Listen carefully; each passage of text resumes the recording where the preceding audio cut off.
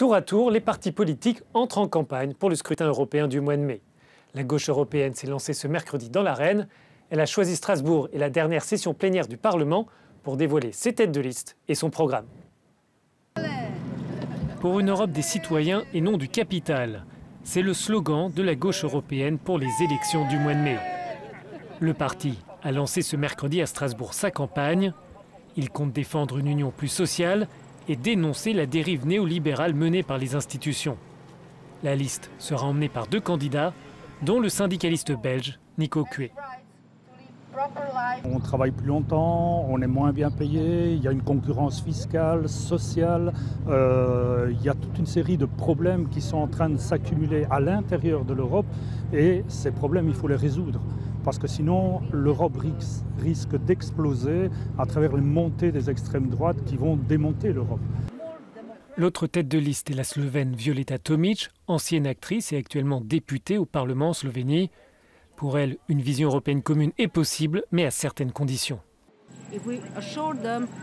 Si nous pouvons assurer un salaire décent, des pensions décentes et une justice sociale, alors nous pourrons rêver à une Europe nouvelle, meilleure et plus sûre. La gauche européenne estime que l'Union est à la croisée des chemins. La seule issue possible est davantage de politique sociale et plus de démocratie, car trop de citoyens sont en marge du projet européen, assurent les candidats. Parmi leurs adversaires directs, ils devront faire face à l'extrême droite, qui veut aussi occuper cet espace politique. Passons maintenant au reste de l'actualité européenne. Effacer les contenus terroristes en ligne le plus rapidement possible, c'est le sens du texte adopté ce mercredi par les députés européens.